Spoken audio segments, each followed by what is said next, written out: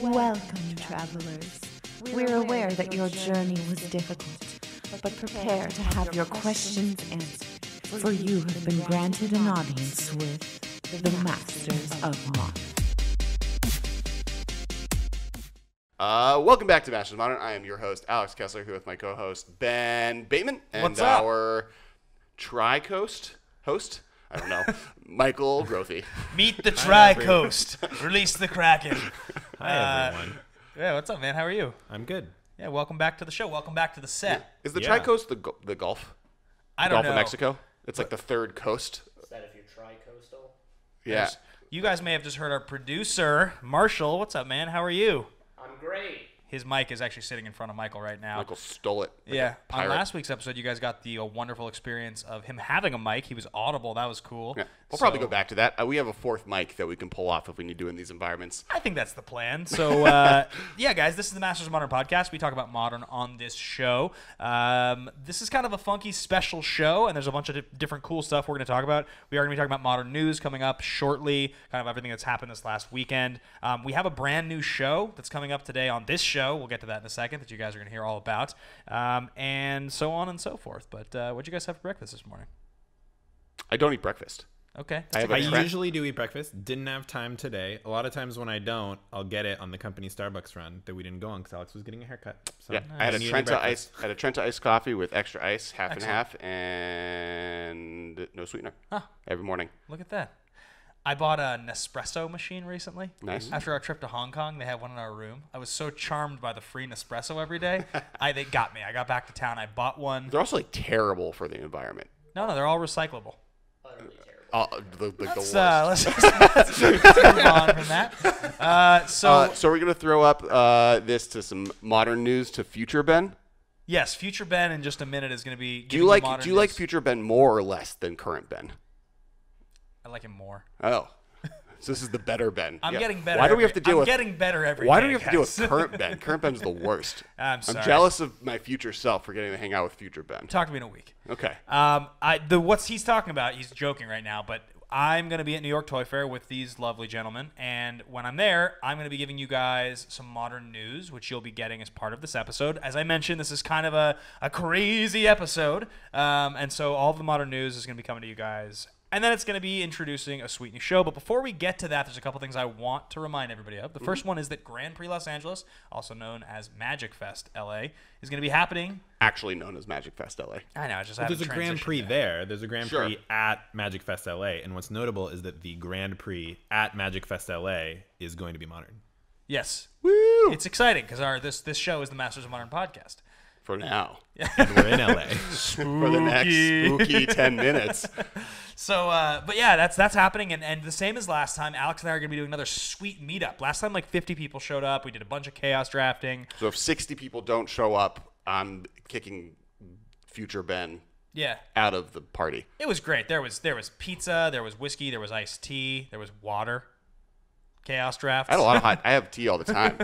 Hot tea. Yeah. All of Hong Kong, I had three pitchers of hot tea at the upstairs I bar. had 3 pitchers of whiskey in every time. Yeah. I am currently known in the toy industry for having great hair, drinking exclusively tea, and playing Magic the Gathering in a very schwanky bar on the top of the main gathering point of the entire toy community. We stayed. This is a funny story. You guys haven't heard the story on the show, I don't think. Alex and I stayed at this hotel. This like pretty fancy. called the Hong Kong. Icon. It's like gorgeous. I like love it. And It has top the floor, second largest hanging garden in the world, or vertical garden. It's like gorgeous. And the top floor is this incredible bar that overlooks the city. And The harbor, even. Alex and I brought our Highlander roulette decks. These like 6 decks. I brought mine in a friggin' grimoire. These things that are up on the shelf behind us, made by Wizardry Foundry. And I had a Game of Thrones themed lunchbox with Yeah. mine inside. But there's 600 card decks in there. So this one night we were like, yeah, let's go up to the bar. Let's see if anybody's up there. Hopefully we don't run into any We got there toy kind of guys. early for the event, and so the first 4 nights, no one was up there. So we would just go up there, play Magic, no problem, and then it's like the first night that Hong Kong Toy Fair starts, and so we go up there, and it's like packed with mostly people that a chunk of people that we work with. And there's like this group of like pretty like cool, well dressed, like live fast guy, the Scandinavian and German guys who are like, nice World of Warcraft. And it's like made so much fun of us for the whole rest of the trip. For the rest of the trip. And like, we are going to see them in Hong Kong or in New York at New York Toy Fair. That happened the weekend after you're hearing it or before you're hearing this, and they guarantee made fun of it. In future Ben can let you know, but they made fun of us for it. Oh, they really did. They called us wizards and trolls. Who wouldn't want to be called a wizard though? That's kind of cool. Yeah. Well, apparently I'd be okay with they being thought a that we were wizard. people that wouldn't want to be called wizards. All right, Wizard of the Tri-Coast. So, but anyway, we are going to be having another sweet meetup at GPLA. It's going to be incredible. It's going to be super fun. Same kind of deal. Currently, we are planning to have it at the LA Live Marriott downtown. It's a couple blocks from the convention center. If we change locations, it'll be within a few blocks of there. Well, and also on the Facebook group and the Facebook page, there will be a bookmarked link to the Facebook event, and you can, through that event, find out all the information, live update on the night of. If we change or you don't know where you need to go, just check there. It'll be available up until after the event is happening, or probably forever. Yeah. It just will eventually be this event happened 4 days ago type of event, not it's happening soon. Yeah. So stay tuned, guys. We're going to have some of our basic shout-outs you're going to hear right now, and then we are going to get into this brand new show after you hear Future Me give you the news from the modern events over the weekend and all of the cool modern news. I was going to miss that. I'm not missing it. This is my thing now. News. The system is down. Okay. I wonder if anyone gets that reference. I don't know. Marshall gets it.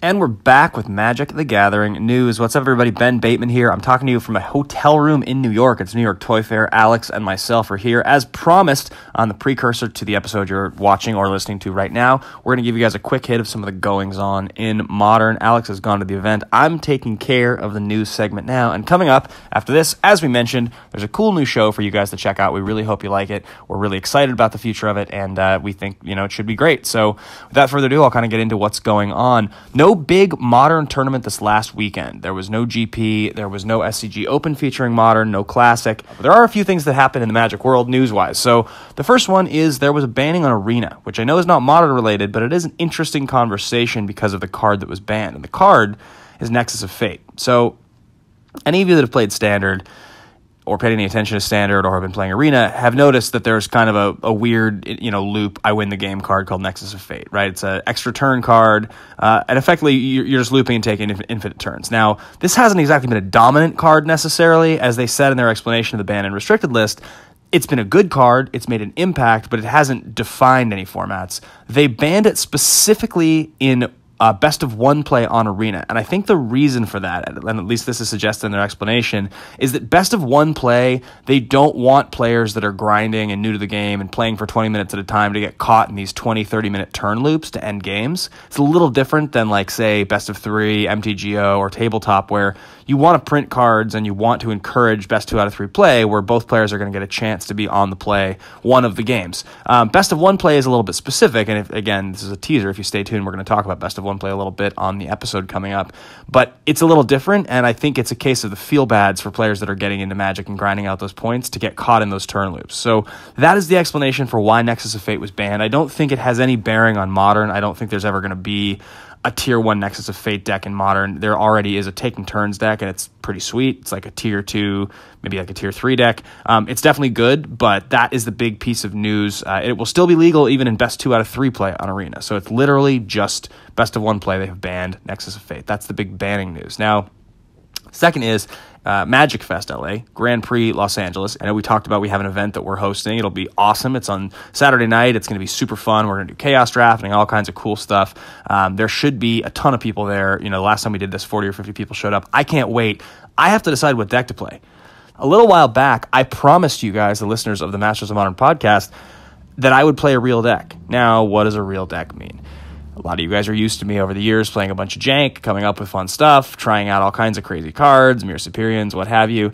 I just agreed to play a deck that had some tried and true cards in it that had shown, some real results. So I've had some of you guys sending in submissions for cards you think I should maybe play or deck lists that you think are cool. I've gotten some really, really cool ideas. I will have to put the deck together over the course of this weekend when I get back to LA to make sure that I have everything I need for it. There's definitely some more kind of tried and true options, right? Some of the tier 1 stuff. There's a bunch of Phoenix decks I could look at playing. There's Humans is obviously very good. Bant Spirits is right up my alley. That's totally my kind of deck. So maybe I'll end up playing Bant Spirits. That could be a lot of fun. There's a colorless Eldrazi deck that somebody showed me that I think is really, really sweet. It's playing a lot of good cards. So, there's a lot of really cool ideas. One thing that I'm seeing pop up, and I just read an article by Jeff Carr written on SCG Premium.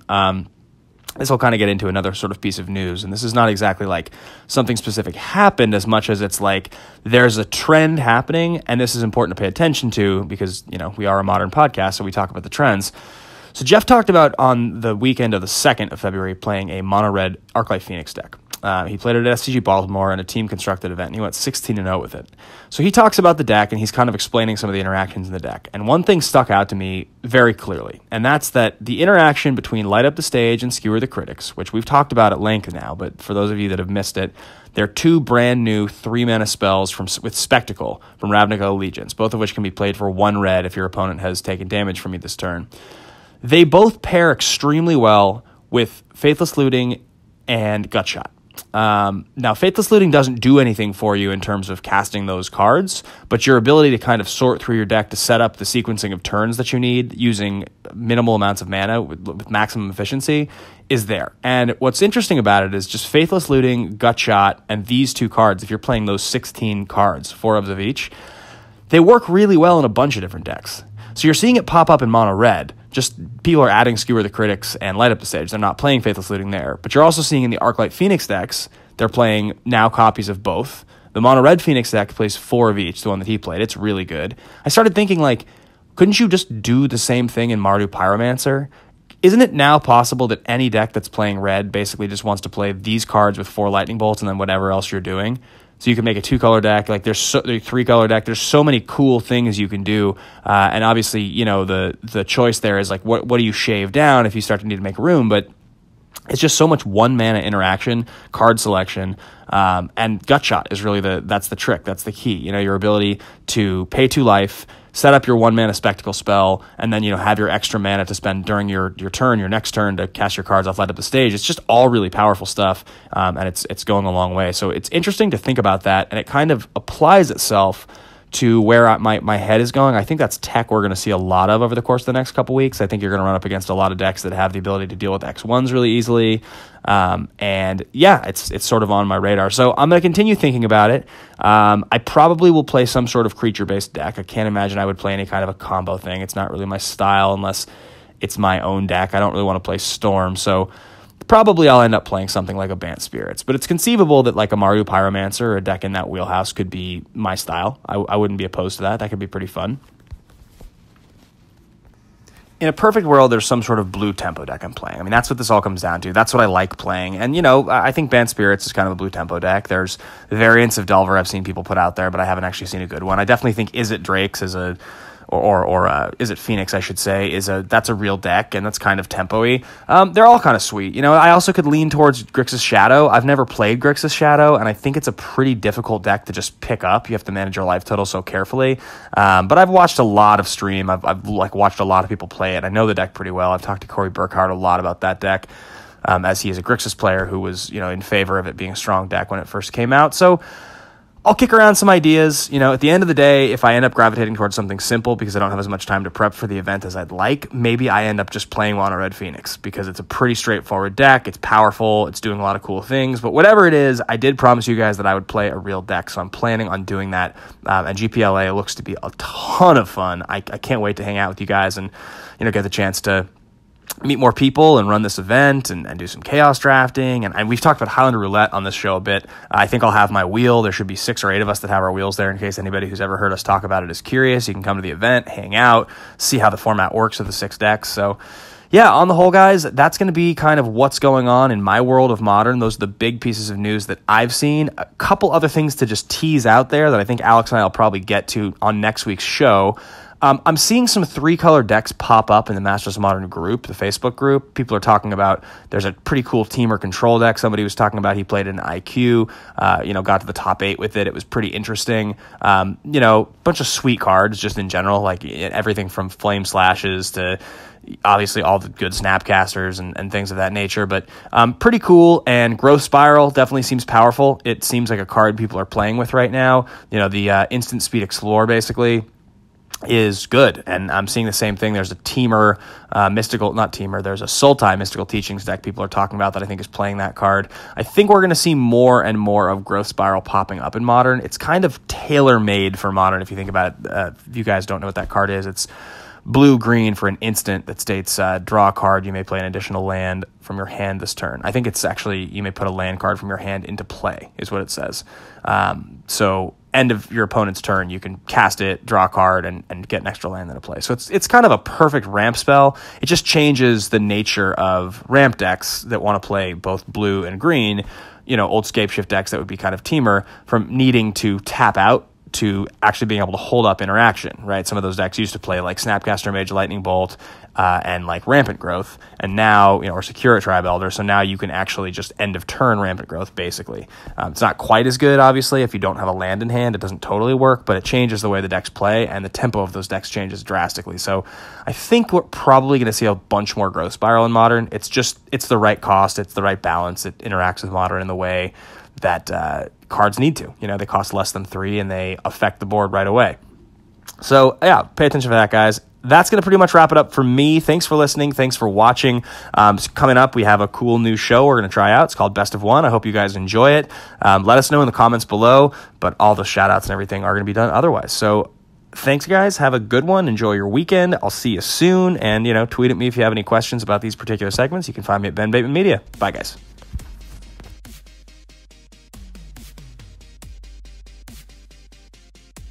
And welcome back to Best of One Magic. Whoa, what is this Best of One business? In a world where Magic Arena exists. Can you do it in like Morgan Freeman voice? No. I was working on my Morgan Freeman impression last week, but I'm not going to do it because now I've teed myself up. Also, It's like Chekhov's gun. You can't say you've been working on an impression and not give us a taste. I watched some YouTube videos about it. It's like the way that, it's like, somebody's like, he's like, Andy Dufresne came to Shawshank Prison. Like, yeah, you just did it. I can't. No, I'm not. Especially like, I maybe can pull off the way people talk, but never on purpose. It just happens, and then it's a miracle. And if someone's like, "Oh, do that again," immediately lose my ability to do it. Once did a really good Jack Nicholson. Didn't plan on it, and they're like, "Oh man, that's the best Jack Nicholson I've ever heard." And they were like, "Do it again." I was like, "Ah," and then I've never been able to do it again. Yeah, celebrity impressions are tough. I got like 3 or 4 good ones in my pocket. Freeman's not one of them. So back to my movie trailer voice. In a world where this podcast is adding a semi-younger brother of a podcast, you are in Best of One Magic. Best of One. It's a show. Michael hasn't talked in a while. How you doing, Michael? I'm doing good. Yeah. I'm just waiting for the Best of One stuff. Can you believe that news? Oh, yeah. Such wild news that we just all heard together. So wild. Crazy news. I couldn't believe it myself. No, but so we're back to do this show. All right, past Ben. We're now friends with future Ben, and we like him way better than you. I am future Ben. No, you're past Ben. I'm past Ben. This is a new show. It's called Best of One, Arena Magic, something like that. You guys are hearing it right now on the Masters of Modern feed because we have decided that while we're in New York doing this thing, this Toy Fair thing, we wanted to try out a new piece of content. Alex and I mean, really Alex, but in the first 7 weeks, we developed Masters of Modern together, and the idea being at the time, there was no Modern podcast. We had played Magic for a long time. We decided at that time that we wanted to be able to cover a format that we were passionate about that no one was doing content about. We see the same opportunity with Arena. And today will be kind of an entry point for this show. We'll be developing it from here, but we have some pretty cool ideas. And I think the first thing to get at here is that, Best of One play in Arena is going to be the most popular play, the most popular type of Magic player from here on out for the near future.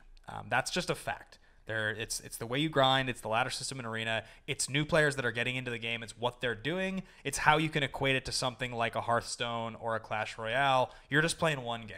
And the whole premise there is that you have 10 or 15 minutes and you want to play a game of Magic, and they've given us the way to do that. So what we have to offer here is a wealth of experience and knowledge in Magic. And I think before we get into fully the ins and outs of this show, Arena, and all the other things, I want to just, in case you're hearing this for the first time, in case we've put this on a new feed, take a minute to let everybody here kind of know who each of us are and why you should be listening to a word we say about Magic. And I'll jump in myself.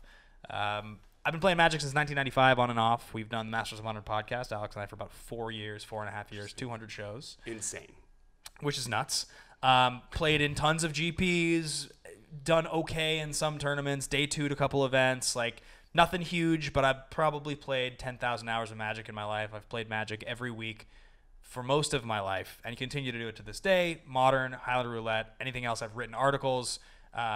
It's my greatest passion. It's the only game I've ever really loved like this, and I have legitimately actually 20 years plus of experience playing Magic. That's why I'm here, and I'm not a huge arena guy now. I'm mostly going to be asking questions to these guys because I want to learn more about it, and I'm not going to be a consistent host of the show. I'll be rotating in and out, but for today, I will be kind of helping facilitate this conversation to learn more about it. Correct. He played Magic for 20 years, other than the 6 months where he sold his collection to buy a guitar. My name is Alex Kessler.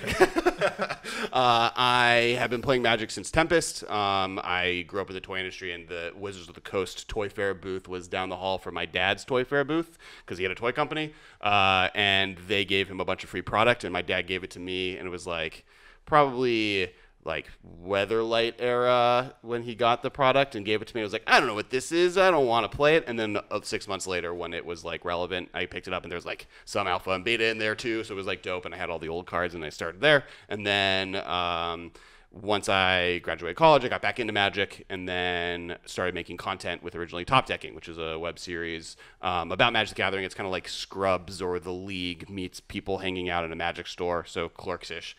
That got curtailed into me actually deciding to do something different. I started my own toy company, which you may see around you pieces of, and that's going really great. But during that period, I actually also started the Masters of Modern podcast, also had a Magic finance show randomly that you can find when I was like 24. It's vaguely embarrassing. It's super sweet. Mad Magic is good. I miss Mad Magic. His hair and facial hair were wonderful. My hair goes. I don't think my hair is that much different than now. You've got like 54-year-old Tom Cruise hair right now. Well, today. And you had clear 24-year-old Alex Kessler hair then. So they're distinctly different. I feel like at one point I had Tom Cruise Mission Impossible 2 hair. Oh, the long hair. Yeah. No, nobody has hair as majestic as the Cruise in the second Mission Impossible. Played a lot of Magic. Care about it. Take it from a perspective of. This is a game to have fun and learning how to play, and it's not always the most competitive, but it's the most creative and having fun with it. Michael. I'm the new guy. I have not been doing coverage for 4 years, but I have been playing Magic since Odyssey. I came from the Pokemon trading card game. I've always been really into games. I played chess when I was really little, and then when Pokemon got big when I was in elementary school, I played that. And I bought my Pokemon cards at the Wizards of the Coast store in my local mall. They all closed down, but I thought it was the coolest store when I was a kid because I was so into games. And so I played a lot of the early Wizards trading card games, and none of them stuck with me the way Magic did. I mean, Magic is just such an incredible game. And I started playing in elementary school with Odyssey. I love squirrels, built a squirrel deck. I started playing at a shop, so I was like more exposed to competitive formats and competitive deck building and drafting and all that stuff during Zendikar, and I've been playing since then. My big mark on the Magic community was that I managed all of the gaming at a store for about 6 years, Heidi Ho Comics in Santa Monica. I recently have been hired by Alex at his toy company Kess to design board games. So which is Battle what that Bosses, big sign that Ben is distracting me with over here. That's a game that Alex and I designed together. And the Kickstarter happened and was successful, and we're now working on, shipping it out and turning it into like a real game that you can buy in a store rather than just something on Kickstarter. So you guys are gonna have, the game is gonna have distribution. It'll be out there. You'll be able to buy a game these guys designed together, which is really exciting. I mean, you also kind of are underselling a little bit of your Magic experience running the shop. The shop you ran cultivated a group of guys that went on to win Grand Prix and Pro Tours. I mean, that's a group. I mean, so bunch of the guys you started in Limited with went on to literally just be like mainstays over the next couple of years. Yeah, our store has had a lot of people that are successful on the Pro Tour. We have like a huge casual scene as well. One of the things that I did when I was there was I started a Commander League. It was like one of the first ones in Southern California. And it was really popular. It was based on like Sheldon Menery's Commander League, where you get points for getting different achievements. And it's evolved a lot since I started it. But yeah, we had like a big casual scene from that. And so I had to know a lot about Commander. And then running the shop, selling standard cards to people, I had to know a lot about Standard. I had to know a lot about Draft. I had to know a lot about Modern. Well, and then you qualified and participated in one of the 3 beta drafts this last summer. I did also participate in a beta draft. That I guess the- is another claim to fame, Magic claim to fame. I played in the beta draft at Gen Con. which was the 25th anniversary one. I qualified playing Dominaria Sealed with a cut to top 8 Dominaria draft because I think Dominaria is a super fun limited format, and I played a lot of it. And when we were at Gen Con as Kess promoting Battle Bosses, I spent, after we got done working at 7 p.m., I jumped into a qualifier and played until 7 a.m. And then stopped working. And then took a nap for about 5 hours and went back to the booth basically as a zombie. I wasn't very effective, but it was fine. Alex endorsed my beta draft qualification. If I hadn't qualified, if I like got second place, he probably would have been mad. But Our producer over here has a look of total. He's like stunned because he clearly didn't know this. For your information and the listeners' information, by the way, I played in 5 beta drafts at that same event. Also stayed up qualifiers. Yeah, Right? yeah, You didn't play in qualifiers. 5 drafts. Stayed up all night. Top 8'd one of them, lost in the top 4 after playing against 256 people. Brutal, absolutely brutal. You And- single-handedly played 256 people each once. Yes, I did. When I came to the booth the next day and found out that Michael wasn't there because he had actually qualified, I just, for a solid 20 minutes, thought they were all messing with me. I wouldn't believe anyone. I thought they were all lying. I Well, was the night so, before, like, he had played in the one before mine, so he was like done when I was like 3 rounds into mine, and he was like, "This was a miserable experience. It took way too long. You know, it was not very well organized. I'm going to bed. I'm not going to play in any more of these." And then I won, and that gave him hope, so he played in all the other ones. And I got so Ben close. also didn't do any work that entire weekend. It's debatable. It's debatable. Anyway, that's who we are, guys. So if you have stuck with us this long, we have some pretty fun stuff coming up on the show. This is going to be a little bit of an intro into Best of One play, the economy of Arena, a little bit how it relates to the type of Magic, the best of 3 play that you've known in Modern, that I've mostly known, and then kind of how to look at Best of One play going forward, what this podcast is going to include. So I'm going to jump in first, just starting with Arena. I have it on my computer. I've drafted like a couple times. I have looked over Alex's shoulder a bunch, and I've definitely paid attention to some streams and content. But the first thing I want to know is when you get started, explain to me the economy of Arena a little bit, like your wild cards, how you actually accumulate cards. If you want to play at a high level, what's that look like? So the way card acquisition works is that basically, obviously they have packs, and the packs aren't the same size. It's not like 15 per pack with 1 rare. It's 5 per pack. I want to say it's like 7 commons, 2 uncommons, and a rare, or something like that. Yeah, so it's less than you normally get. But every pack you open has a chance to get anywhere in the set you're opening, or have a wild card. And wild cards are cards that can be used at that rarity to be able to buy cards of any card in that rarity. So if you get a rare wild card, you can get any rare in that in Magic. What would you equate the rarity of a wild card to as it relates to paper Magic? Like if I get let's say I get a rare wild card, like what does that feel like opening? Does that feel like opening a good rare or a great rare? Feels like opening the best rare. It feels like opening exactly the rare that you need, because I would say every time I've anything. opened, any wild card I've opened has felt like opening a mythic rare. Even though I'm not saying it's that rarity, but it feels like that because they're so much more important to me playing the decks I want to play than a random rare. Like, what's cool about it is that when you open a pack of Ravnica Allegiance because you got your daily, play 5 games but win 5 games bonus, and they give you a pack.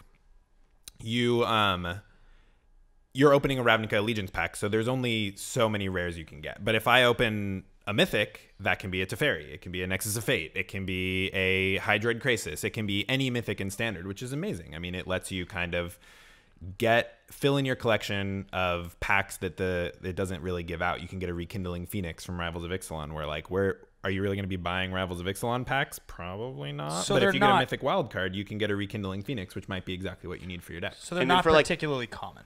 Well, ish, because the other thing is every single pack you open goes towards a counter, and once you open X amount of packs, you get a rare wild card no matter what, and then every few of those, it's a mythic rare instead of a rare. Got it. So there's you can directly track how many you're going to be open, how many packs you need to open to be able to get to your next rare card or rare or mythic wild card. So a couple things to focus on here. The first one, guys, is some of the questions I'm asking here, I'm going to know the answer to. Some of them I want to kind of lead these guys to make sure that we're all on the same page. And if you're checking this out for the first time, you're getting information that maybe you were curious about. He's just telling you that because he doesn't want to look like he doesn't know anything. He knows none of these questions, and he actually knows nothing.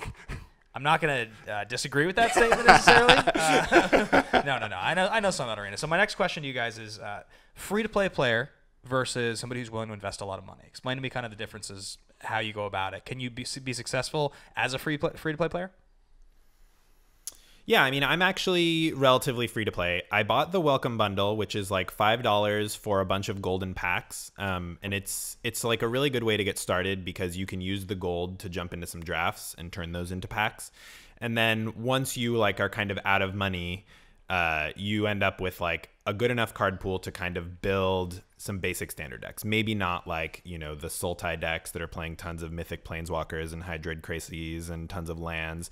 But I built Drakes with all the lands and stuff using just that welcome bundle gold I had earned through that after the account wipe. So using the welcome bundle and prizes that I had won, I built the Drakes deck, which just uses 4 Mythics. It was 4 Arclight Phoenix, although now people are cutting them, but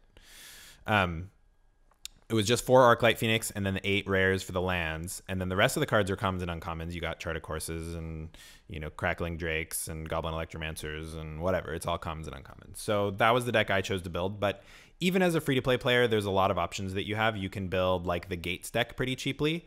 The Gates deck, you don't need the lands, so you don't actually really need many rares at all. I don't think that it generally plays a lot of rares. It plays a lot of uncommons, which might take time to get, but it's easier than rares. Yeah, when I first started Arena, the unlocking uncommons, there was like a quick moment where they were a little bit more rationed than I would have wanted them to be, but then I was able to build, like pretty quickly you're able to build into having uncommons and commons as much as you like could ever want. Yeah, and the other thing that's nice about the Gates deck is that you can always jump into a Ravnica Allegiance draft because it's the newest set, and it contains pretty much all of the cards that are in the deck because you have like all these Gate synergy cards like Gates Ablaze and Gate Colossus and Gate Breaker Ram, and they are all in the set. So you're getting prizes in the set, you're drafting cards from the set, and it's like you'll accumulate 2-3 of a lot of these just from playing the game, and then you just wild card out the rest and you're good to go. And you know, there's a lot of good budget decks for free to play players, and that's the way that I have been enjoying the game so far, and it's been fun. Now in Paper Magic, if I want to buy, let's just say tomorrow, I want to go into Modern, I want to buy Jund. I'm gonna go spend $1,900. I'm gonna go drop all the cash, TCG player. I'm gonna order the editions that I want. They're gonna show up to my house, nicely packed. I'm gonna sleeve them up. I'm gonna take them to a tournament. Sure. Can I do that with the most expensive deck in Standard tonight, right now, if I want to go play it? Does that exist in Arena right now? I believe that what you can do is spend a chunk of money to eventually get to a point where you have opened enough packs that you will either have those cards and or unlock enough wild cards through their things that you'll get that cheaper than the $1,800 you would need for Jund. But the math is definitely out there. I haven't done it, and I would have looked it up if I was prepared for this question. But some magic math wizard, Saffron Oliver, Frank Karsten, or maybe somebody else I'm sure has done the math on, like, you know, how many packs you would need to open to get, you know, a deck X from mythic scratch. wild But cards. give me a ceiling that's higher than what we're talking about, just so people get a sense of it. Like, is it I think less you than can get $3,000? Is it less than $5,000? Jund is a bad example because Jund is the classically most expensive deck in but Modern. let Let me. Before you answer the question, let me pose to you, because the question people have always asked all three of us when you tell them you play this game Magic, they look at you in the face and they go, but do you just win if you have all the best cards and you spend the most money? That's the old question. Well, so two things. One is the answer to that always is draft exists, so no. Two, when it comes to Standard in general, the most expensive deck is not always the best deck. For instance, Jund has been bad for 6 months. Agreed. In Modern. Now, the reason I'm saying Jund is a bad example is because it is the most expensive. If you want to get the Sultai deck that has all Mythic, it's going to be a lot more expensive to get that many Mythic wildcards than getting a Tier 1 deck. Because, for instance, the Is It Phoenix deck, Tier 1 deck. And that deck is mostly uncommons and commons.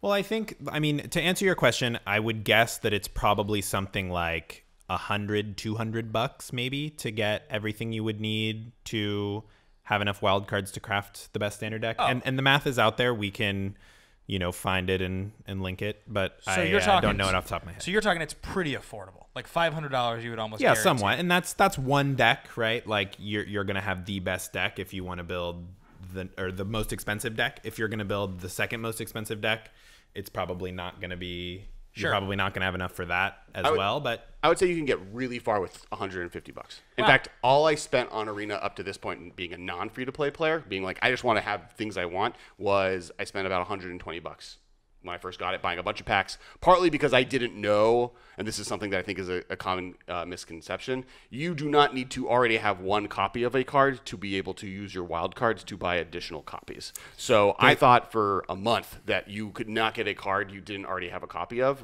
without having it already. So I opened a bunch of Rivals of Ixalan packs for no reason. So they announced today a UI update for the deck builder that I think is going to solve this problem for a lot of people.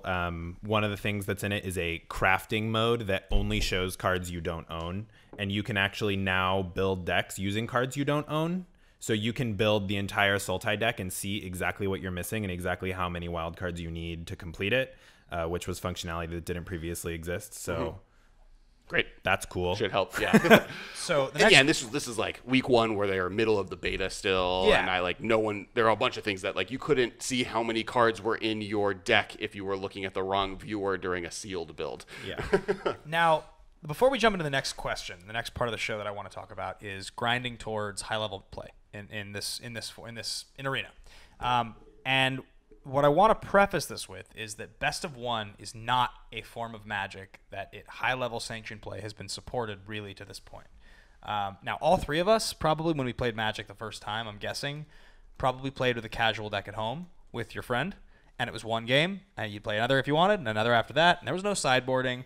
That's how I played in high school, going to Denny's with my buddies, building stupid decks that were pongifying ornithopters. Sounds like my modern decks. My friend had a Jareth Leonin Titan in his deck, and I was like, how the heck are you supposed to beat that card? Yeah. And so I like looked through my cards and made sure that I had an answer to it because I lost to it the last game. And then this game, he ended up beating me with, a rocks because I couldn't get around the regeneration. And so then I put a Terminate in my deck or whatever, So what's exciting about this is this starts to represent, if the new player today is getting into Arena, and Arena is a best of one format at its core, this is a reflective experience of the same way that we all get into Magic, which is the best of one is the first games of Magic we all play. And even to this point, we've talked about on our other show, or on this show, I guess, Highlander Roulette a lot is a format we play, which is a format where it's very high power level. It's somewhere probably between Legacy and Modern in its power level. Even vintage sometimes. A Legacy. I construct my decks the same way that a lot of people do, which is that you need to be able to answer kind of everything, and you need to have a really streamlined ABC strategy to win, which is a little bit of what best of one play is. So a little bit of our opinions on this topic come from the fact that Magic started this way, and the players that are getting into Magic today are having the same experience that we did when we started, even though they're playing on a computer. Well, I mean, that's one of the reasons that I thought this podcast was an interesting idea to begin with, was that best of one Magic from the, if you've played a lot of Commander, if you've played a lot of Highlander Roulette, if you played a Highlander in general, or just games where a sideboard is not a valuable resource or a resource that's available to you, you build decks differently. It's a different form of attacking the format. 100%. And... it definitely benefits some strategies. For instance, Control is a much harder thing to play in this format because you don't get to side into powerful things when you're playing. So in Modern, for instance, if I'm playing against a deck like Affinity, which is very aggressive but uses artifacts, there's very powerful anti-artifact cards. And now I don't get to play with that to be able, I have to have it in my main deck. And what is that? How does that change gameplay? And it's a bit more reflective of what our Modern experience has been anyway, which is that Modern is such a linear format with such powerful strategies. You can't have a main deck that's good against everything. Your sideboard helps, but even your sideboard is usually not enough to be good against everything. You have to just build your deck to be as good as it possibly can against the field, period. That's all you get. Yeah, I mean, it's interesting. There's like a metagame in Best of One in particular, because Arena is digital and it's free to play. There's a ton of games getting played, and so the metagame evolves really fast, much faster than Modern, that is like primarily played in like Magic Online leagues where you only see some of the deck lists kind of, and you don't play as many games because it's not as quick. And then GPs or SCGs, which are like, every other week maybe. Yeah. So the metagame doesn't evolve very quickly, but the best of one metagame on Arena has evolved really quickly. I mean, you see a ton of mono red because it's cheap. It's a very budget deck, and you can play a lot of games in a short period of time, which allows you to rank up quickly. If you play 5 games as mono red and win 3 of them, that's better. Your rank is going to increase more than if you play a control deck and win your 1 game, Now, so sorry, go ahead. Yeah, so you have mono red, and then you have like decks that beat mono red, like Nexus, or like, you know, control decks that are tech specifically to beat mono red. But then the Sultai deck comes in and preys on those decks because they're playing negate in their main deck or whatever. And then, you know, we've seen this like evolving metagame, and it's really interesting. So yeah, I mean, the balance of any metagame will change, and it's cool to see that this one, because it's free to play and it is digital, it does evolve faster. My question to the two of you guys, and I think this is where the players that have stuck with us to this point in the podcast that are already interested in Arena will probably find it interesting, because I find this interesting. Grinding towards Mythic in Arena. Let's say you are going to get the cards you need. Your plan is to get up there. You want to be a Mythic player. You wanted a shot at the top 8 slot for the first Mythic Championship. Or are you doing with Burn? Well, deck construction differences in this game, playing best of one, trying to grind your way to the top, versus just grinding PTQs and things like that in a format like Modern, where you're playing best 2 out of 3. How do you view your deck construction? I mean, what is the difference in this format versus another? I think Michael hit on it. And if your purpose is I want to grind, I am trying to get to the top level of status as quickly as possible, then you want to play a quick, aggressive deck. And Burn right now is that deck, or the best version of that deck, because not just because it's the best against the field, but because you can turn games quicker. And that's kind of what, in grinding, the quicker you can accomplish your goal, the better. Versus, say, what I think most of best of one matches are played aren't necessarily I'm grinding for the top. It's, oh, I have 25 minutes to play a game. I'm waiting for a meeting to happen, or I'm on the subway or the bus and I just want to knock something. I mean, right now they're not playing on mobile, so that's not necessarily true. But yeah, on a laptop, on the bus or whatever, you just want to knock a game out. You're waiting at the airport for your flight and I just want to knock a game out. That's more common. And then I think deck choice is more on playstyle. I think there is the larger library of different deck choices you have. But if you're trying to grind, obviously quicker, better, because then you can get 6 games in the time of 1. Yeah, I mean, that's true. But I feel like that is a good way to get to Diamond or Mythic. I mean, I see a lot of stories about people who are like, yeah, I played Mono Red up to Diamond, and then at that point, everybody had played against it so much, they knew exactly what to do. They were playing, you know, I was running into tons of Wild Growth Walkers and tons of you know, revitalizes coming from Nexus decks or control decks, and just like ways to blank my cards specifically, because everybody who's in Diamond or Mythic has played against so much mono red, and it becomes a much harder road, and you have to adjust your strategy a little bit. Which makes, I mean, it makes a lot of sense. If you look at another game that all of us play, that's not Magic, Clash Royale, yep. That is another game that is very focused on single game ladders, and in that, every ladder you rank up on, the metagame changes partially just because people are prepared for this card being good at that level. Yeah, and Hearthstone is the same way. I mean, like a lot of times you see people just playing like aggro hunter decks where they're getting to, you know, rank 5 or whatever, and they can't break through from rank 5 to legend because everybody at that point knows how to play against a hunter deck and has beaten a bajillion of them in order to get there. And so, you know. Now, okay, so coming at you guys with a format that, again, you know, I've played a lot of, which is Highlander Roulette. And when I build these decks, I think about 2 things. The first one is I want my opening hand to be as potent as possible. I want to make sure that when I draw my opening hand, it's as explosive and as streamlined to what I'm trying to do as it possibly can be, right? So that's going to be the aggressive decks or the tempo decks, early threats, lots of interaction. And the combo decks, all the tutors, right? Everything I can possibly do. On top of that, every single deck I play in Highlander, because it's best of one, has to have answers to a certain number of things. Now, if this is vintage power level, I'm dealing with almost every card in Magic, but it's still the same principle, which is that if I don't have a certain amount of graveyard hate in every single deck I play, I can't beat a deck that runs out of the graveyard and locks me out. If I don't have a certain number of naturalize effects in every deck I play, there's no way I'm ever going to beat something like a Warship. I mean, granted, we're going deep with this, but when I construct a deck there, I have to have an A plan and I have to have answers. Would you say that with Arena, when you're constructing a deck, it's the same idea? Like, you know that if you don't have answers to the things people are doing, you're going to lose. You have to pay attention to that because you only get one game? Somewhat. In like, you know, more mid-rangey decks or controlling decks, yeah, you need to just have negate or some way to destroy a wilderness reclamation, or you will lose to Nexus because their clock is much faster than yours. And if you can't get rid of their wilderness reclamation, they're going to be able to leverage that mana advantage and crush you. But if you're playing something like mono red, a lot of times you can just like, you know, be proactive enough and make them have all the answers, and you don't necessarily need to do that. So it really depends on your deck. One thing that's nice for mid-range decks and control decks in particular is that they're printing, you know, they're designing with Arena in mind somewhat now. And so, you know, Arena would always have, or Ravnica would always have stuff like split cards and charms and yeah, stuff like that, because it's like in Ravnica's DNA, which worked out well for Arena. But going forward, we're going to have cards like that where you have, Carnival Carnage, for example, is a card that's getting a lot of play. It's a split card that on one half does 1 damage to a creature and 1 damage to its controller for 1, which is great against fast decks like mono red or mono blue aggro. And then on the other side, it's a 4 mana, deal 3 damage to target player, they discard 2 cards, which is going to be better against, the Nexus of Fate decks, the control decks, the mid-range decks, where they're trying to leverage card advantage to beat you. And so we're seeing a lot more of these effects and stuff like Bedevil, where like you might not be playing main deck Artifact Destruction, but if your opponent has a Primal Amulet in play and you draw your Bedevil, you're like, hey, sure. Well, I mean, and there you go. Like you're getting to something here, which is like a lot of my favorite cards, a lot of the best cards we've seen printed over the last few years. Cards that are mainstays in many formats. Take a card like Kolaghan's Command, for instance.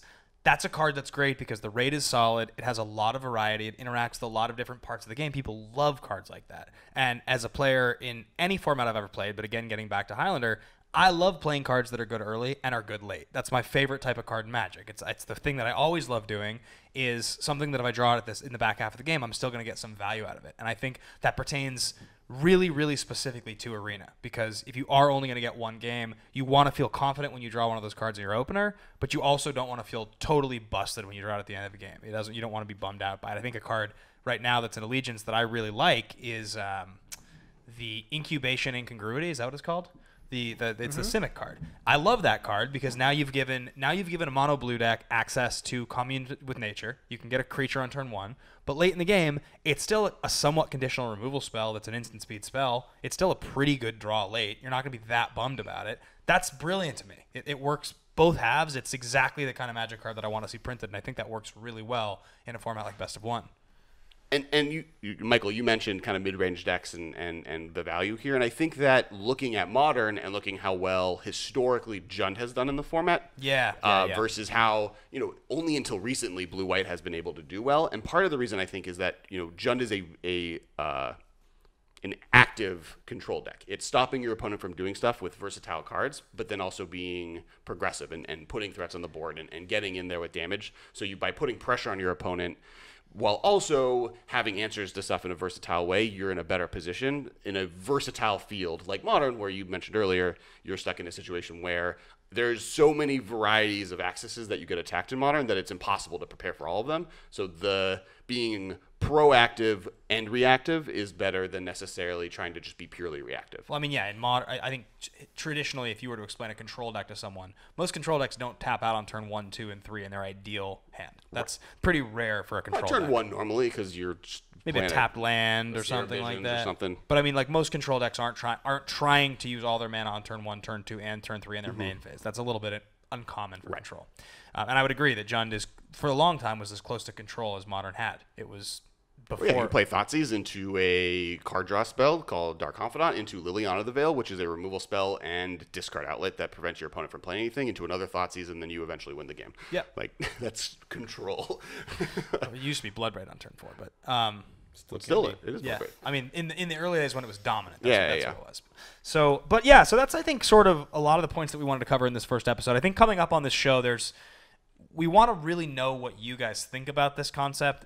Going forward, it's going to be less of an intro to Arena. It's going to be a little bit more of an actual meta discussion of Arena, focusing on Best of One play. Alex and myself will be rotating in as guests and semi-hosts. Yeah, don't worry. There'll still be plenty of great janky Ben brews for Standard. Yeah, I'll come up with some fun stuff, and then maybe those are the episodes I come on more often. But we have some pretty awesome guests in mind that we're going to rotate into the show. We really would like to know from you guys, is this a show you're interested in? And like, do you think this is something that you would find interesting to listen to on a week-to-week basis? Because we're probably launching this in March. This is probably something you're going to start to see weekly in March. Listen to or watch, right? Because we're going to be on YouTube with this as well. Yeah, Michael will be a consistent part of it, and Ruben Bressler has talked to us about wanting to do some content with us for a while, so we'd love to bring him in a little bit more often. And I think that's kind of what I wanted to make sure we were covering. So as you guys heard at the top of the episode, be sure to like, subscribe, comment. Specifically on this one, let us know what you think in the comments about this episode, the idea of this show. Feel free to send us a message on the Facebook group or anything like that. And one last time, where can the folks find you guys if they want to follow along with your exploits? I am on the Masters of Modern podcast. I am at Kess Wiley. I'm at Ben Bateman Media. I'm at Dudard on Twitter, Dudardd. But you can also find me on the Masters of Modern Facebook group is probably the most consistent way to reach me. Yeah. Because moderator, overlord, consistent contributor. I'm a moderator. I've moderated before. All right, that's going to wrap us up. Thanks for listening, guys, and we'll see you back next week with a regular episode of Masters of Modern. Absolutely. Bye, guys. And suck it, future Ben. I like past Ben better. Yeah, I said it.